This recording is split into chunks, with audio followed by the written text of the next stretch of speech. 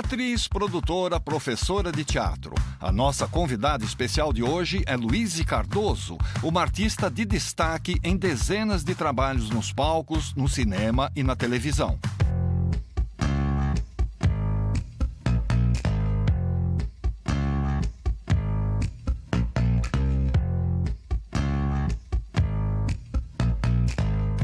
Para entrevistá-la, contamos com a presença de Sura Berdichevsky, uma companheira de palcos e telas desde os tempos de escola de teatro. Minha história com a Luíse está ligada diretamente ao teatro, né? Eu entrei pro tablado, ela tinha entrado acho que um ano antes, ou no mesmo ano. E nós logo seguimos aquilo, né? Fomos acolhidas super bem pela Maria Clara Machado e fizemos várias peças ali. Não, as peças infantis, o repertório de adulto, e paralelamente a gente desenvolvia trabalhos experimentais. Então, assim, foi mais de uma década, assim, trabalhando continuamente. Além do que, nós morávamos no mesmo quarteirão, em Copacabana, e nós éramos super amigas. E fizemos vários trabalhos juntas e depois fizemos televisão também, né? Fomos irmãs, né? Em Marrom Glacé, que foi muito divertido, muito engraçado. Então, a nossa vida profissional correu meio que paralelo, assim, né? Aí depois entrando pro teatro profissional ou pra televisão. Então, essa história. Temos a presença também da atriz Cristina Pereira, que esteve com a Luíse em espetáculos teatrais e num programa de televisão de longa duração e grande sucesso. Eu sou paulista, né? Da Escola de Arte Dramática, tinha alguns anos de teatro aqui em São Paulo, quando eu fui para o Rio em 82. Em 82, a Luíse foi uma das primeiras pessoas que me acolheu no Rio de Janeiro, né? Eu ia fazer uma mudança provisória para o Rio enquanto eu ensaiava um espetáculo chamado A Mente Capta. E ali eu convivi muito com a Luíse. A minha filha era pequenininha, ela chorava de noite, porque a gente estava no teatro, e a Luíse falava com ela no telefone, porque ela não sabia falar, a minha filha. Então eu falava, olha, a mamãe tá aqui, o papai tá aqui e tal. E a gente, assim, ficou uma amiga. Mas depois passaram-se alguns anos, a gente não trabalhou mais juntas. Aí fomos nos encontrar na TV Pirata. E depois, mais tarde, nos encontramos no palco fazendo Salve a Amizade do Flávio Marinho. Rosita, Sura Lamorenha. Como você vai, querida? Vou fazer uma sopa pra ti. Ritinha! Não, gente, vocês não vão me fazer chorar. Não, eu quero rir. Só rir.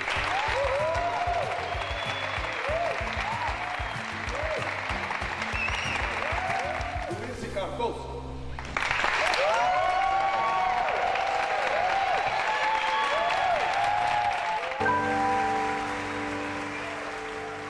Tudo bem? Tudo pronto, Luíse? Podemos começar? Sim, podemos. Sura, por favor. Opa.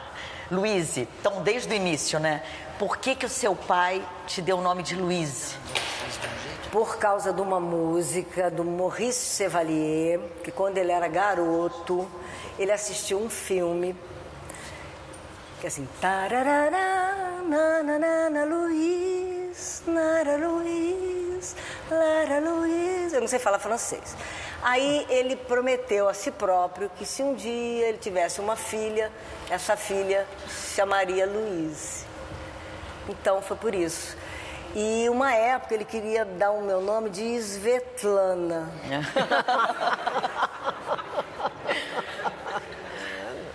Que ele era fã do Stalin, olha só.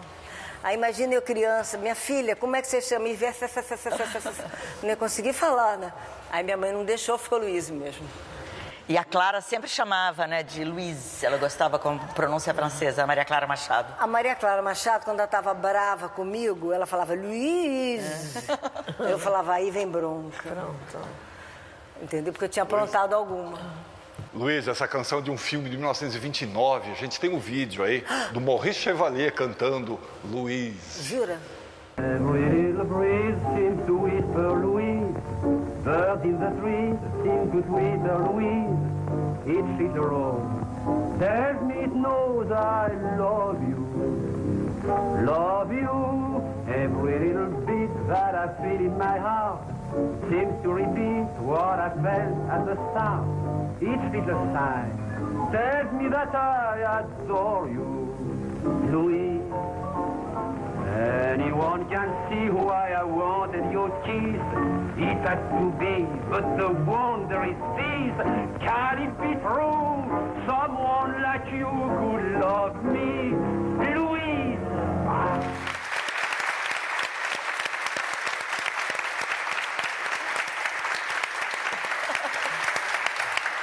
Ô, Atílio, será que é por isso que eu sou romântica? Deve ser. Que a música é completamente romântica, né? Luiz, vou te fazer uma pergunta. Quando você estava na escola, você fazia muita traquinagem, né? Conta pra gente como é que foi aquela história do professor de alemão que você falou pro pessoal que queria dar uma aula sobre sexo. O que aconteceu? Quando é que foi isso? Em que ano que você estava? Sei lá. Era do Alves Cabral, eu era sonsa, eu era a mais quieta da turma. Mas eu fazia umas bagunças, assim, entendeu? Que eu adorava. Então eu tinha visto um filme dos irmãos Marx, que saía todo mundo de dentro de um camarim, e saía gente, e falei, eu queria fazer isso, eu queria fazer isso. Aí eu inventei que ia ter uma conferência sobre sexo, que um alemão ia falar sobre sexo. Então, todas as turmas, era 1001, 1002, 1003, 1004... todo mundo na 1007, que era minha. E espalhei, e um espalhou para o outro, e entrou todo mundo, e foi aquela coisa apertada, e eu fiquei do lado de fora rindo. E a minha maior prazer foi ver os inspetores entrando, em cada turma não tinha ninguém, aí fazia uma cara, entrava na outra turma não tinha ninguém, fazia outra cara, entrava na outra turma. Quando entrou na 1007, ficou tentando entrar e não conseguia. Aí começou a sair gente, aí eu realizei meu sonho. Mas eu fui suspensa. A diretora me suspendeu e meu pai me levou para passear em Paquetá. Aí eu achei o máximo. Falei, puxa, esse negócio de ser suspensa é bom, então eu vou fazer mais bagunça. Aí, até que a diretora percebeu que eu tinha umas bagunças criativas e me me chamou para fazer o teatro do colégio, Assembleia. Então, eu era responsável pelo teatro do colégio. Toda sexta-feira eu tinha que fazer teatro no colégio. Aí que eu fui pro tablado. O que foi, Luiz, você foi pro tablado, tal, todo mundo conhece, é uma escola super famosa. O que é a geração tablado? Qual a importância disso? Conta pra gente o que é a geração tablado. O tablado era referência nessa época do teatro de qualidade, embora fosse amador, mas as produções eram incríveis. Então a gente teve uma formação de musical, né, das peças infantis, comédias musicais e Tribobocite, várias peças. E meu maior sonho era ser do elenco do tablado. Eu era aluna. E eu falava, eu quero tanto fazer uma peça, uma só já dá para mim, fazer só uma. Aí um dia a Clara me convidou para fazer A Menina e o Vento, eu estava tomando chá. Foi aí que eu aprendi a tomar chá. 5 horas tinha um negócio de chá. Aí ela me convidou, aí eu derrubei a xícara, fiquei nervosíssima e foi um grande barato. A Clara montava peças de adulto, ela montou uma peça do Gorky com a gente, Vassa Gelesnovna, que as pessoas ligavam e falavam assim, escuta, é aí que tá passando a valsa? Era Vassa Gelesnovna. E então, e a gente amava fazer, ensaiamos 8 meses, não ia ninguém. Conta isso, Luiz, e como que a gente trazia o público, porque tinha as peças infantis e o repertório de adulto também, todos os anos, as peças de adulto. Como é que a gente trazia, como é que a Clara ensinava a gente a trazer o público para o teatro? Isso é importante, né? Ela pegava todos os mendigos da praça. Da pracinha em frente, o tablado em frente a uma pracinha. E chamava os mendigos, sentava na plateia. Eles iam, eles adoravam. Aí eu, Sura, o negócio tá... Lotamos, Sura. Eu tava super feliz. Que legal, Sura. A gente vai arrebentar. Aí quando acabava... Aí eu chorava. Aí eu falava, Maria Clara, não tem ninguém. Eu chorava. Aí ela falava assim, Luíse, o fracasso dá caráter. Essa frase é... Que maravilha, o fracasso dá caráter. O fracasso dá caráter. Que maravilha. Então, quando eu virei produtora e fazia as minhas peças, que nem sempre davam certo, algumas deram, outras não, eu pensava, o fracasso dá caráter. Vou até o fim. Aí o elenco saía, eu tinha que substituir, não tinha ninguém na plateia. Eu falei, vou até o fim. O fracasso dá caráter. Graças aos mendigos da Várzea Ležnov. Fala um pouquinho, Luíse, do teatro incômodo e gestual e o teatro simpático risual. Acho isso muito legal, porque é uma descoberta de uma linguagem sua, né? Singular isso. É o teatro incômodo gestual natural e o teatro simpático risual. Natural. Eu era professora do tablado, muito jovem, a Maria Clara ficou com hepatite, todo mundo tinha hepatite naquela época. Uma época. Eu tinha horror de ter esse negócio de hepatite, nunca tive. Então, ela ficou com hepatite, era professora, e ela falou, Luíse, você vai dar aula. Eu falava, mas eu não tenho, não posso, sou muito nova. Não, você é criativa, você vai dar aula, não sei o quê. Aí eu ia na casa dela, ficava longe, para não pegar a hepatite. E falava assim, tô com umas ideias, e contava para ela, falava, ótimo, faz. Então, tinha um teatro simpático, risual, natural, que é assim, oi, tudo bem?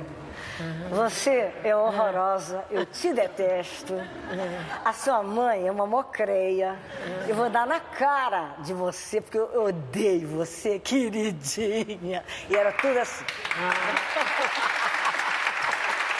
Muito bom. Então, os alunos desenvolviam exercícios de improvisação a partir desse teatro visual natural. E o teatro incômodo, gestual natural, é muito doido também, porque você fica em posições esdrúxulas e não pode sair. Por exemplo, você vai amarrar o sapato, você fica. Então, oi, tudo bem? Como é que você vai? Eu vou bem. Aí o outro, escuta aqui. E fica. Então, cada um fica numa posição mais louca do que a outra. E como se nada tivesse acontecido, como se estivesse em pé ou sentado, confortável. Mas, então, eu me lembro da Fernandinha Torres, que ela ficava toda torta e assim, rindo, toda contente. O Marcelo Serrado era meu aluno, tinha 17 anos. Marcelo Serrado era seu aluno, tinha 17 anos. Mandar um beijo para a Luíse aqui. Luíse Cardoso, além de ser uma das grandes atrizes desse país, né, foi minha professora no tablado. Eu comecei com ela, minha primeira aula de teatro foi com ela. E era eu e a Bel Cucci, né? E os Carlos Tourinho, enfim, Cico Caseira, uma turma enorme. E eu me lembro que a gente ensaiava muito. A gente estava ensaiando o Rei da Vela, fazer uma montagem de fim de ano. E ela... Nós ensaiamos às 9 da manhã, dava 9h05, o elenco todo não tinha chegado, ela ia embora. E aprendi muito isso com ela, de ter horário, de ser pontual, de respeitar o próximo. E ela tinha aprendido isso com a Maria Clara Machado. E depois ela usava isso e a gente ficava desesperado, ligando para as pessoas, não tinha celular na época. Eu me lembro que a gente pegava um telefone do tablado, ficava ligando para quem não tinha chegado, a gente tinha lista. E isso marcou muito assim meu encontro com ela. E depois a gente trabalhou, fez novela junto, teatro junto. E uma grande atriz, uma das maiores desse país. Um beijo para você, Luíse. Obrigado por tudo, viu? Devo muito a você no começo da minha carreira. Beijo.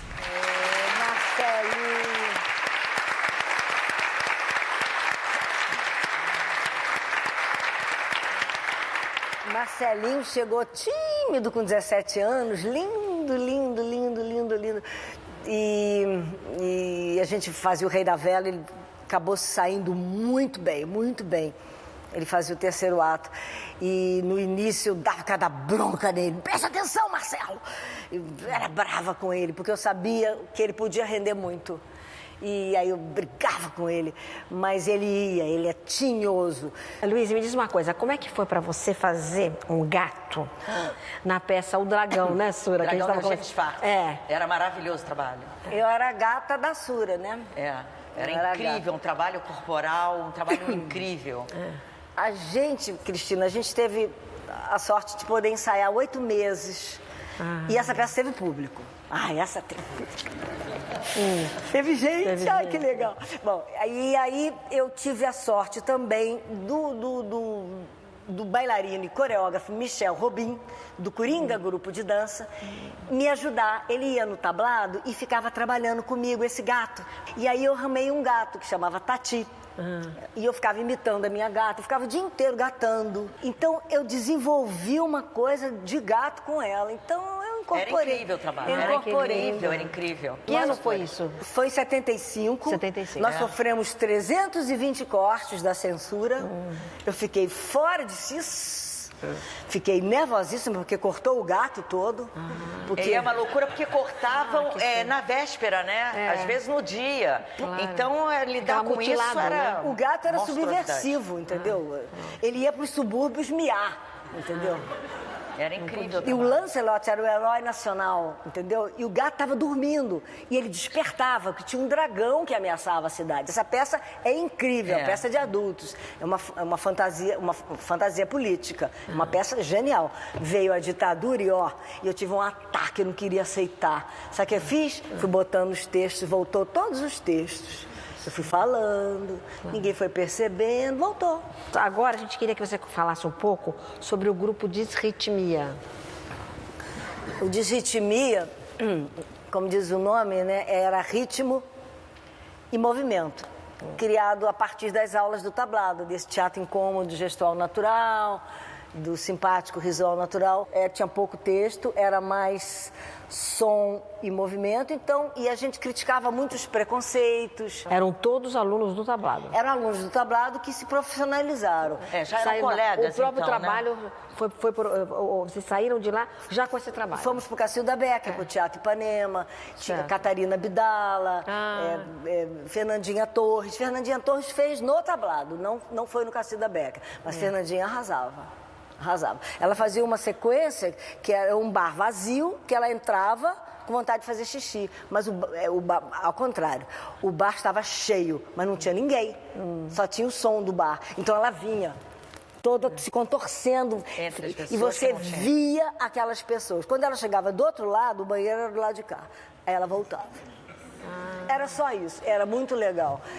Isso era do tablado. Aí eu não consegui depois alguém que fizesse tão bem quanto ela, eu tirei esse número. E eles mesmo que criavam, era uma criação coletiva e eu estimulava. Falei, faz um bar, faz isso. Virei para a Catarina e falava, Catarina, faz a lavadeira, faz uma lavadeira. Aí ela ia criando, enfim. Você dirigia e trabalhava como atriz? Não, só dirigia. Né? Eu só entrava quando alguém tomava um porre e não conseguia entrar em cena, ficava doido. E aí eu entrava. Aí eu fazia, tinha que fazer. De vez em quando acontecia isso, porque fazia parte de uma época. Claro, de todo o processo também, né? Hoje em dia, não pode. Luíse, Cristina, Sura, a gente tem um intervalinho agora, é bem rápido. Voltamos na sequência com o Persona em Foco de hoje.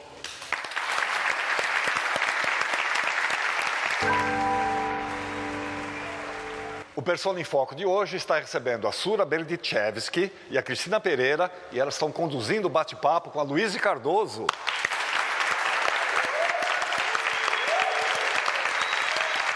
Luíse, a gente estava falando dos trabalhos coletivos, né, em grupo, que foi a formação da gente, né, principalmente, né, desde o tablado. Fala um pouquinho, porque eu me lembro assim de que a gente era muito solicitada, requisitada, e você foi muito, principalmente depois do Dragão, para ir para televisão. E teve você resistiu muito, né? Fala um pouco, porque acho que hoje mudou tanto isso, né? Hoje tem uma urgência, né, do jovem ir para televisão, né, fazer sucesso. Nós somos de uma geração que tinha preconceito com televisão. A gente tinha preconceito, a gente achava de quinta fazer televisão. E era um pouco de quinta. Mas eu acho que era também uma noção, uma consciência de que a gente precisaria aprender mais para estar. Tinha as duas coisas. Bem dentro do... porque você fazia uma novela, dava 99 de Ibope. É uma loucura. Entendeu? Você virava papel de bala na mesma hora. Então a gente não queria virar papel de bala, a gente queria aprender, a gente queria estudar. Eu não me sentia pronta para ir para a televisão. Nem você, nem a Regina Casé, nem o Luiz Fernando. A gente não estava pronta, a gente estava querendo descobrir a nossa linguagem. Então, a gente dizia que era cafona, mas eu acho que é isso também que você está falando. Quem me levou para a televisão foi o Zimbinski, que eu fui trabalhar no quarteto do Antônio Bivar. Foi minha estreia no teatro profissional, peça censurada, no dia da estreia, pela censura. Aí a gente voltou um mês depois, com milhões de cortes. E ele me convenceu, começou a dizer que televisão era muito bom, porque a televisão fazia o ator treinar, porque ele de manhã fazia cena de café da manhã, depois ele fazia cena de comédia, depois ele fazia cena de raiva, depois ele fazia cena dramática, depois fazia cena romântica. Então, que era uma maneira de resolver rápido, sem os 8 meses de ensaio, de treinar. E que você conhecia a sua classe, que você... Aí eu achei bom, achei interessante. Aí ele era diretor de núcleo naquela época, não tinha esse nome, era diretor-geral, sei lá. Aí ele me chamou para fazer Ciranda Cirandinha, que era do Paulo Mendes Campos, direção do Paulo José. E eu amei. E fez tanto sucesso, era um caso especial, que virou uma série. Que eu acabei participando, fiz Toma que o Filho é Teu também. E, enfim...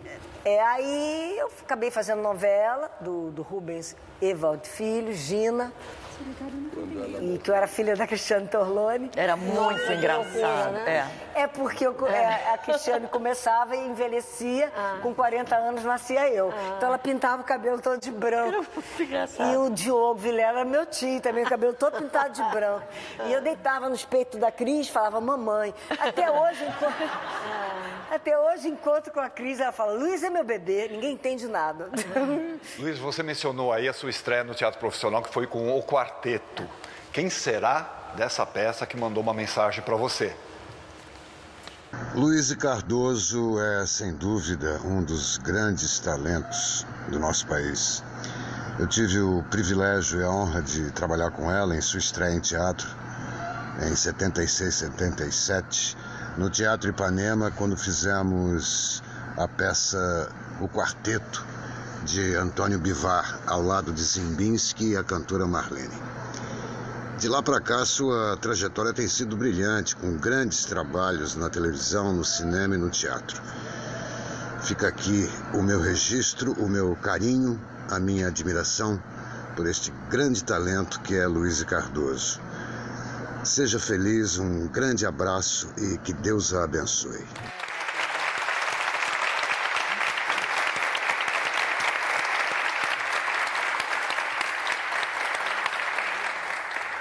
Amém, Pirilo. Muito legal essa peça. Você ficava peladão na peça, né? Eu me lembro bem dessa peça. Aí o que acontece? A censura, foi lá e aí ficava de costas. Porque era pelado total no início. O quarteto. Aí as mulheres, desesperadas. Aí ele ficava de costas, as mulheres continuaram. E a peça foi sucesso, foi incrível, do Antônio Bivar. E foi muito legal a convivência com a Marlene. Ah, Marlene. Marlene, cantora. Ficamos muito amigas. Que mais tarde você encontrou na Mentecapta. É, a Mentecapta. Com você. Foi muito legal, Marlene. E o Zimba, que me ensinou muito e me ensinou a gostar de televisão. E fazer televisão com alegria. Luiz, bom, mas você fez, enfim, algumas novelas, fizemos Marrom Glacê juntas e de repente a Janete Claire escreve para você, para uma novela das 8, e você recusa. Como é que é esse caminho? Você foi para comédia? Vou te explicar. Quando a gente estava fazendo Marrom Glacê, ela me ligou e falou assim, eu estou escrevendo uma irlandesa para você, você faz? Eu falei, faço, uma irlandesa, que legal, na próxima novela das 8. Eu falei, tá bom, eu faço sim. Só que eu fiquei tão desgastada com o Marrom Glacê, que foi maravilhoso, foi excelente a novela, mas nós éramos as protagonistas, não parava a gente gravava pra caramba, e eu me senti muito invadida. O público, a gente não podia ir na praia, né? Não podia ir no boteco. Era um sucesso estrondoso. Era um sucesso absurdo, capas de revistas. Não podia ir no boteco, tomar uma Coca-Cola, que eles gritavam, e vinham com um papelzinho, né? Aí essa seria das 8 protagonistas. Eu falei, vou morrer. Se na das 7 eu quase morria, aí eu falei com o Boni, olha, Boni, não vai dar. Eu sinto que eu vou morrer. Eu vejo sangue na minha frente. Juro por Deus, eu falei isso. Eu vejo sangue na minha frente. Aí ele falou, não, calma.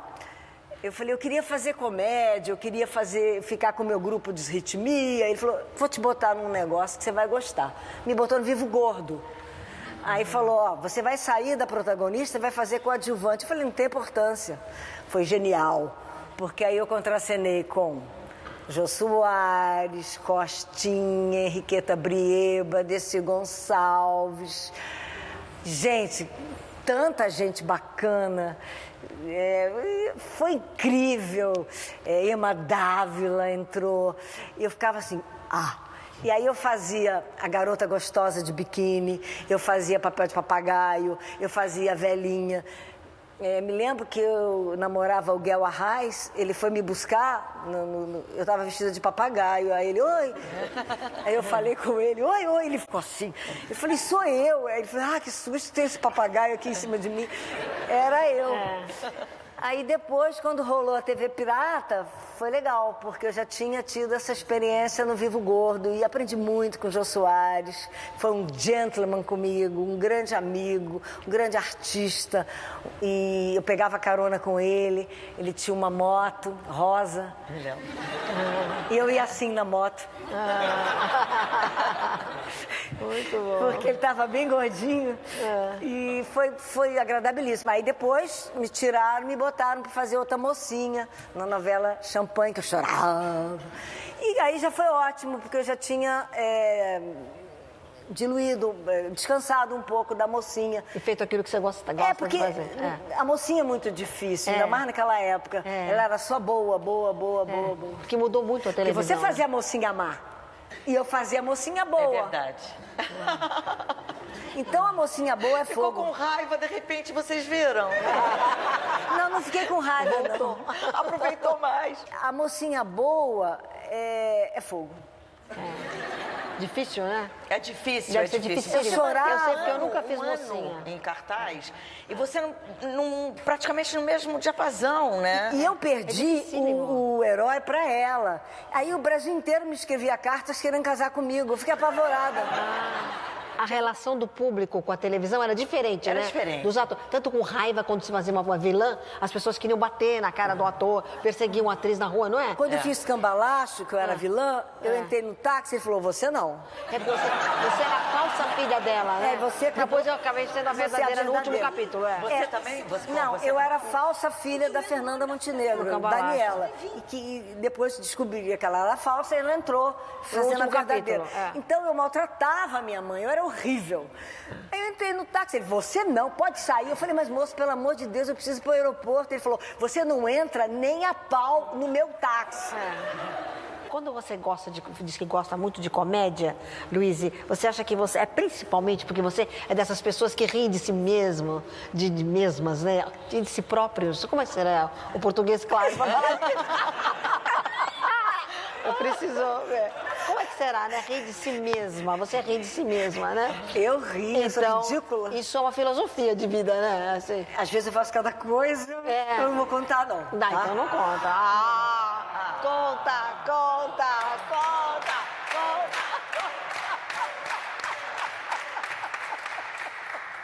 Bom, vou contar só uma, então. Às vezes eu fico nervosa por coisas bobas. Então, fui pegar uma água, e faz muito tempo isso, eu já melhorei. Aí, pra se vir, eu errei, molhei aqui. Fui tentar, molhei aqui. Aí, peguei e fiz assim. Fiquei toda molhada. Tá bom. Isso é uma cena já, né? Isso é uma cena maravilhosa. Depois, eu comecei a rir do absurdo, porque aí eu me atrasei. E eu não podia dizer por que eu me atrasei. Porque eu me joguei água aqui, depois eu joguei aqui. Aí eu tive que lavar, enxugar o cabelo, botar a roupa, mudar. Enfim, eu me atrasei. Aí eu tive que inventar que foi o trânsito. Então, uma pessoa ridícula que faz isso. E eu fico nervosa por pequenas coisas, mas estou mudando. Sei. Não quero mais ficar nervosa por pequenas coisas. Melhor. Não é melhor? É.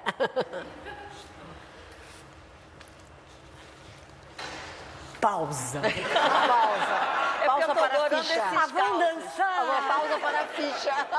Vamos cantar parabéns. Parabéns pra você nessa data querida. Muitas felicidades, muitos anos de vida. Muito bom.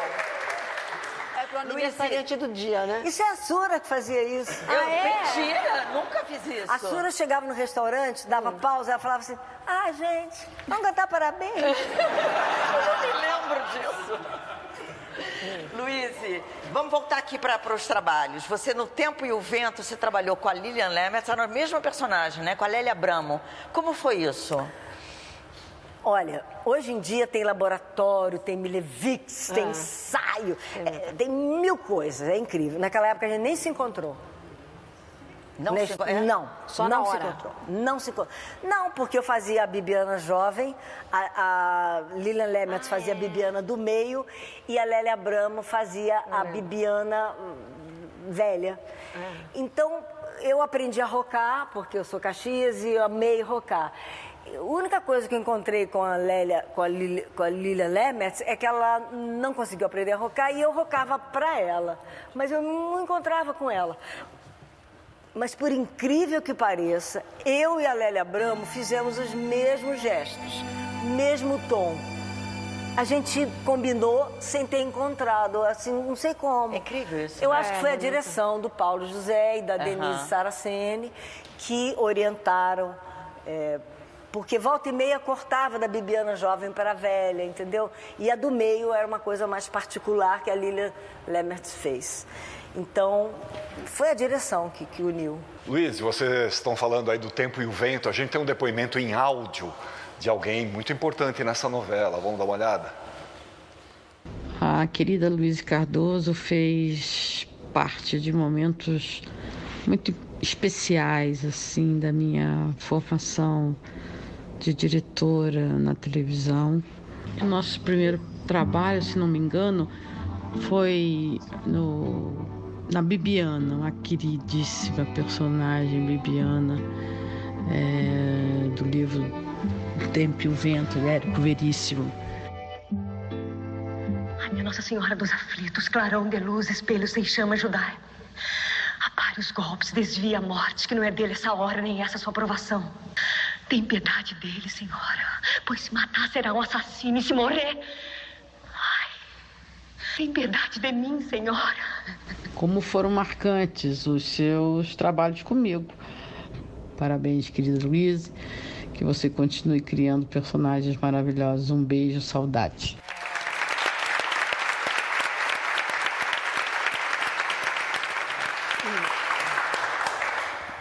O tempo passa. A Denise Saraceni é uma grande diretora, Nós primeiro fizemos uma novela, Mico Preto. Era uma novela muito doida. E eu fazia a heroína, a mocinha que chorava. Aí tinha horas que eu falava, mas Denise, como é que eu faço isso? Não tem lógica. Ela falou, ela não tem filho, ela não pode engravidar. Aí ela dava a lógica pra mim, pra eu poder acreditar e me emocionar. E depois do Mico Preto, logo depois... a gente fez um caso especial, As Pessoas na Sala de Jantar, que eu tenho um orgulho muito grande disso, do Guarnieri, que tem uma direção sensacional da Denise. Ela é ótima diretora. Que eu fazia uma mulher louca que conversava com os mortos, uma mulher deslocada. Eu tenho medo dessa personagem até hoje. E eu tenho muito orgulho da Denise e saudade de trabalhar com ela. Temos mais um intervalinho agora, é bem rápido. Voltamos na sequência com o Persona em Foco de hoje.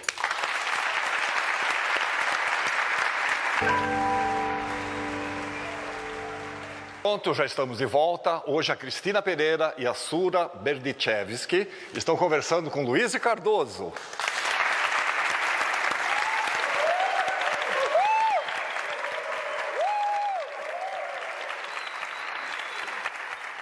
Bom, Luíse, vamos falar um pouco de cinema. Que mania era aquela, que tendência, né? Era aquela nos anos 70 e 80, de sempre ter cena de nu e de sexo nos filmes da Embrafilme. E como é que você lidava com isso? Isso era verdade. A heroína sempre tinha que ficar pelada para o filme ser distribuído. Olha que loucura. Então, era assim, primeiro eu li o roteiro e falava assim... Bom, primeiro eu vou contar a primeira vez que eu fiz cinema. Eu era bem jovem, foi com a Maria do Rosário Nascimento Silva, Foi o Lael Rodrigues que me indicou, ela foi me ver no tablado, amadora, e me chamou para fazer um filme. Eu ia estudar, era uma participação, uma cena num colégio. Só que na hora que a produção foi me levar, eu falei assim, olha, Luísa, a gente mudou um pouco a sequência. Eu falei, em vez de colégio, você vai para um motel. Eu falei, para um motel? Eu falei, não vai ser mais você estudando, vai ser você namorando o protagonista, transando com ele, e agora vai ter que tirar a roupa. Eu falei, vai tirar a roupa? Eu nunca tinha tirado a roupa. Aí ela falou assim, porque fica chato transar de roupa, não fica real, você vai ter que ficar pelada. Eu falei, então eu tenho que falar com meu pai. Aí ela falou, mas com seu pai? Eu falei, porque eu vou ficar pelada assim, eu tenho que falar com meu pai, vou falar com meu pai. Aí liguei. Aí meu pai falou, você é atriz. A atriz fica pelada, pode tirar. Falei, tá legal. Pronto. Aí fiquei meio nervosa. Aí eu falei, bom, como é que a gente vai ter que... Não sabia, né? Vai ter que... Aí ela, o quê? Mas será que a gente vai ter que... De verdade? Ela falou, não, vai ter que só fingir. Ai, graças a Deus. Aí o meu namorado não vai gostar. Eu namorava o Paulo Reis. Aí eu falei, bom, aí no início eu fiquei um pouco nervosa, mas depois foi tudo legal, saiu bacana a cena. Essa foi tranquila, a primeira foi tranquila. Mas depois isso começou a virar uma constante. Eu me lembro que uma vez eu contabilizei, eu fiz 18 filmes, eu fiquei pelada em 17. Teve o Coronel Lobisomem. Foi um absurdo que eu tinha que fazer a Lady Godiva, pelada no cavalo. Aí eu fiz 22 aulas na hípica. Na hípica, para aprender a andar no cavalo. E tinha que ser de lado. Porque eu era a prima lá do coronel. Então ele delirava com ela. Eu tinha um cabelo comprido. Eu falei, isso não vai ser bom, eu não quero fazer. Não, vai ser lindo, um cavalo branco. Eu falei, o cavalo é branco? E aí vai ter um fog, não vai aparecer nada. Bom, fiz a aula. Chegou um pangaré lá na hora. Eu falei, mas... E o cavalo branco? Era uma égua. Pangaré. Eu falei, gente, mas não, o cavalo branco não pôde vir, não sei o quê. Era caro. Aí a égua... Eu falei, essa égua é brava. Não, ela não é brava, não. Bom, aí eu combinei com a camareira. Eu falei, bom, tirei a roupa, botei o hobby, fiquei assim. Eu falei, depois que der corta, você vem e traz o meu hobby. Naquela época era claquete. Veio o garoto, fez assim na cara da égua. Pá! A égua. E eu, aqui tinha um laguinho. Eu não podia pular pra cá. Aí eu... Sharon Stone. E só via o câmera assim. Eu fiz assim, com as pernas, apareceu tudo e saí montada no cavalo, peladona. Que loucura. Luiz, e conta a história do seminarista. Você tem uma história engraçada no seminarista, também de nudez, não tem? Seminarista, a gente foi para uma cidade chamada Lavras Novas, e tinha a cena que eu tinha que transar com um seminarista, que já tinha largado a batina e que tinha uma paixão pela minha personagem, e eu tava morrendo do coração, personagem, transando e morrendo. Aí eu falei, gente, eu não quero ninguém aqui, não, pode deixar. E tinha uma janela, um voal, assim, sabe? Não, a câmera pela janela, não vai ter ninguém. Aí a gente lá, eu peladona, ele peladão, a gente transando no filme, né? No filme.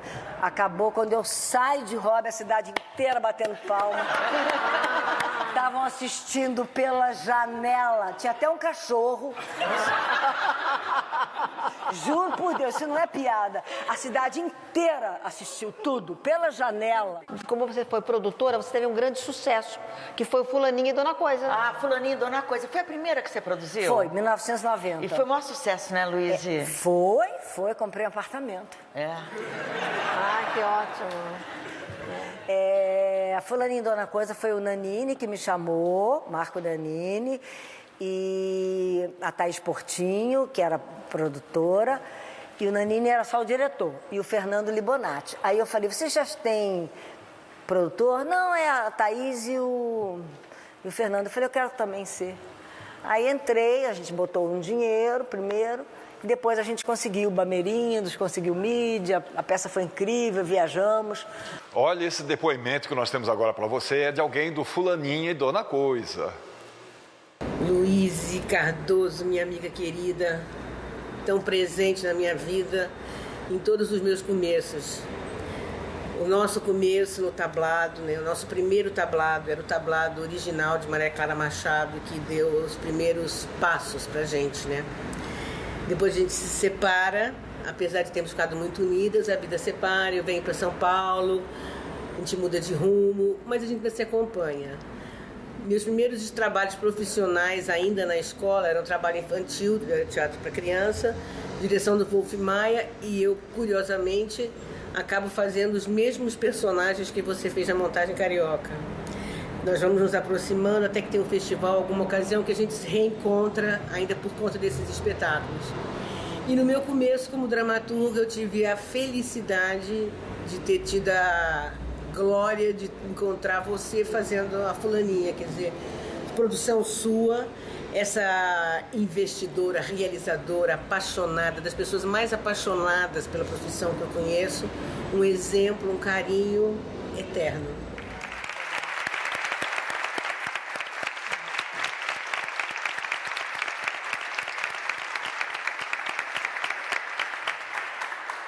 Noemi Marinho é um barato, além de ser uma grande escritora, ela é excelente atriz. Ela é maravilhosa, vocês precisam ver. Ela domina o seu ofício. Obrigada, Noemi.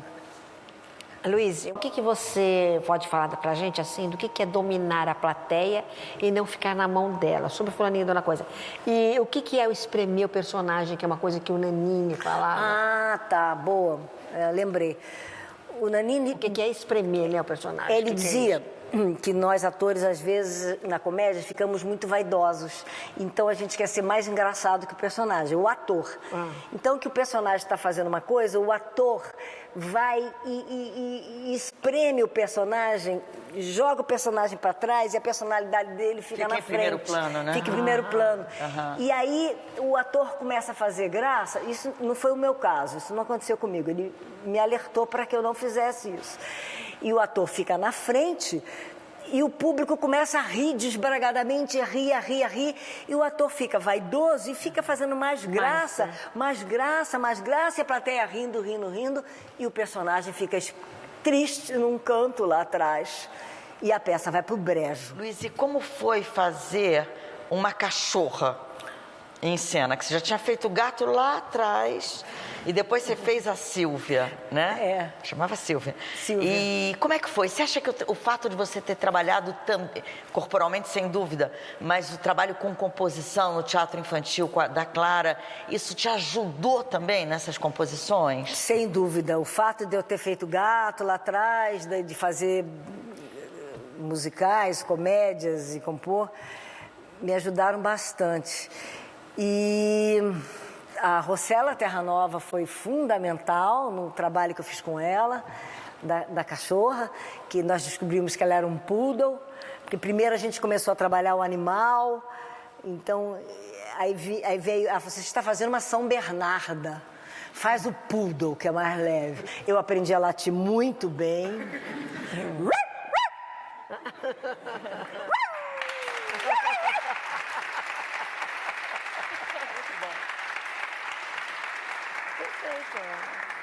Realmente eu lato como um poodle e às vezes acontece de eu estar filmando, ter um cachorro latindo, às vezes eu lato, o cachorro para. É verdade, eu não sei o que eu falei, mas eu falei alguma coisa. E às vezes sai o contrário, todos da vizinhança resolvem se comunicar. E a sua experiência com Plínio Marcos? Ai, foi sensacional. Navalha na Carne. Navalha na Carne. Com Diogo e o Cobrinha. Ai, tão legal aquela Era montagem. muito legal. Muito legal. Direção do Marcos Alvise. No início a gente tinha medo do Plínio Marcos, no começo. Porque ele ficava com aquela cruz assim, meio sujo. Aí nós começamos a ficar amigos, aí depois a gente montou um standard na porta do teatro, dentro do teatro, para ele vender os livros dele. Aí eu pedi para ele tomar banho, para ele limpar o cabelo. Temos mais um depoimento para você agora sobre esse espetáculo, Navalha na Carne. Quem será?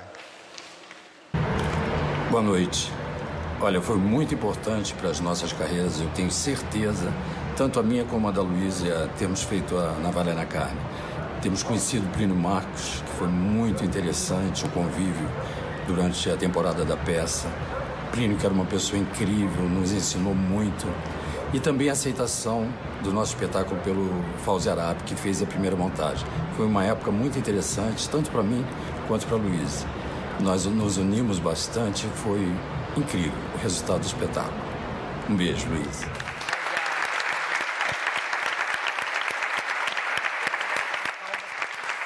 O Diogo é meu bofe preferido no teatro. Faz bofe como ninguém. Ele me embolachava a peça inteira. Era muito legal, cara. Nós temos agora o último intervalo do programa. Voltamos na sequência com o Persona em Foco de hoje.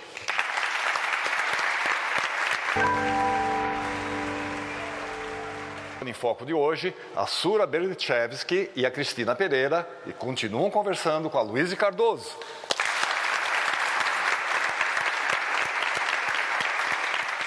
Luísa, a gente está falando do percurso, né? Tão grande, tão diversificado, de tantas coisas que você fez em teatro, em cinema, na televisão. E estudou tanto também, você é tão curiosa sempre. Como é, de repente, ser confundida ou ser chamada na rua, confundida não, mas ser chamada como a mulher do Barbosa? No aeroporto, né, tava assim, olha lá a mulher do Barbosa. Aí eu, oi, tudo bem, gente? Sou a mulher do Barbosa. E fiquei feliz por isso, porque eu amava o Barbosa. Era engraçadíssimo o Ney, né, de Barbosa, sensacional. Mas TV Pirata era incrível. Era muito incrível. Bacana. A mulher do Barbosa. É claro que não podia faltar um depoimento aqui do Barbosa. Luísa Cardoso, uma das maiores atrizes desse país. Eu amo você, Luísa. Amo mesmo. Minha amiga, grande atriz e minha companheira da TV Pirata.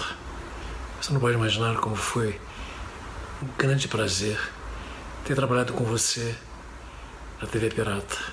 Ainda bem que o médico disse que eu vou morrer mesmo, que não adianta nada operar. Eu tenho pavor de entrar na faca. Barbosa, você está aí? Barbosa, você está aí? Você é minha eterna Clotilde, eu, teu Barbosa.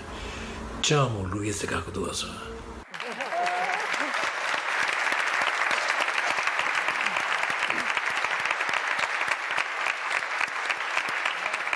Obrigada, Ney. Eu também te amo. Que pena que você não imitou o Barbosa. Te amo, te amo. Você é muito querido. Que colega maravilhoso. Né? Que ator, que colega. Que ator. Um grande ator de teatro. O Iago, que ele fez aqui em São Paulo. Eu vim assistir com Juca de Oliveira. Que trabalho, que ator esse... E fora os 11 anos de Irma Vap, né? Incrível, incrível. Maravilhoso, maravilhoso. Fala um pouquinho de Leila Diniz. Leila foi bem especial. Eu acho que foi um dos filmes mais especiais. Foi muito lindo o trabalho. Mais especial, Primeiro, eu fiquei muito assustada, né? Fazer um personagem que todo mundo conheceu, que todo mundo foi amigo, que todo mundo admirou, a atriz mais popular do Brasil. Aí eu comecei a estudar, entrevistar pessoas, o Zé Wilker, a Marieta, o Luiz Carlos Lacerda do Bigode. Nossa, diretor, como foi trabalhar com ele? Maravilhoso, o Bigode. Ele me ajudou muito. E ele fez... era muito amigo dela, Muito amigo dela, muito amicíssimo, o melhor amigo dela. Ele devia fazer esse filme para ela. Então, ele me orientou, foi quem realmente me orientou. E tem uma coisa particular dele que eu adorava, ele se vestia de acordo com a cena. Entendeu? Por exemplo, eu ia fazer uma cena dramática, ele se vestia de viúva. Era engraçadíssimo. dava uma alegria no set. Eu ia fazer uma cena de comédia, ele botava um maiô, um óculos, assim. Eu ia fazer uma cena de nudez, ele ficava pelado. Então, isso dava uma alegria no set. E o set tinha uma vibração da Leila. Desde o cara que chegava de manhã para me buscar, naquela época era Kombi. Chegava na Kombi, ele já chegava entusiasmado às 5 da manhã. Tinha uma alegria da Leila ali. Foi muito especial e o Bigode foi muito feliz. O filme é atual até hoje. O último depoimento que nós temos para lhe mostrar é justamente do Bigode, Luiz Carlos Lacerda. Não foi difícil chegar ao nome da Luísa Cardoso para fazer a Leila Diniz no cinema. Eu já conhecia o trabalho dela de atriz, no teatro principalmente, e fui atrás dela. Eu precisava de uma atriz que tivesse um grande talento que a Luísa tem e uma grande loucura também. Loucura no sentido de mergulhar na linha do personagem profundamente. Nós construímos o personagem da Leila, né? Trabalhando durante 2 meses. Ela viu os filmes da Leila, ela leu os diários, entendeu? Nós nos reuníamos muito para falar do personagem, não para procurar imitar o personagem da Leila Diniz, né? Tinha uma força expressiva muito grande, inclusive do ponto de vista social, né? Eu queria que ela mergulhasse na representação do que a Leila significava para a sociedade brasileira, a alegria, aquela revolução do prazer, né? E a Luísa foi uma pessoa que mergulhou tão profundamente que me assustou. Eu não chamava ela de Luísa, na filmagem eu chamava Leila, vamos filmar, de tal maneira que ela encarnou o personagem com tanto carinho, com tanta paixão e com tanta loucura também.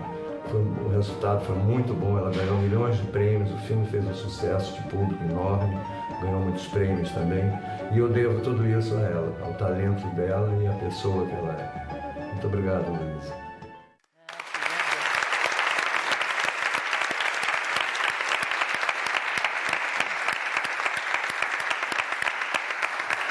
Bigode, eu que te agradeço pela Leila. Muito obrigada por esse melhor personagem que eu já fiz na minha vida. Muito obrigada, eu que te agradeço. Luísa Cardoso, do teatro, do cinema, da televisão. Para encerrar o programa, eu gostaria que você deixasse um recado para quem está nos vendo em casa, quem está aqui na plateia também, pessoas que querem seguir a carreira artística. Que mensagem você deixaria? Como se constrói uma carreira? Como se tornar uma pessoa realizada na vida como você? Gente, tem que ter perseverança, né? Tem que ter vocação, talento. Não pode desistir, tem que estudar muito, ler bastante. Porque uma coisa é querer ser celebridade, né? Aí é fácil. Outra coisa é ser ator. O ator tem que trabalhar muito, muito. Com prazer sempre, de preferência. Mas às vezes nem sempre a gente tem esse prazer, né? Às vezes é muito difícil, é muito duro, principalmente aqui no Brasil. Então, é insistir, não desistir. Vamos em frente.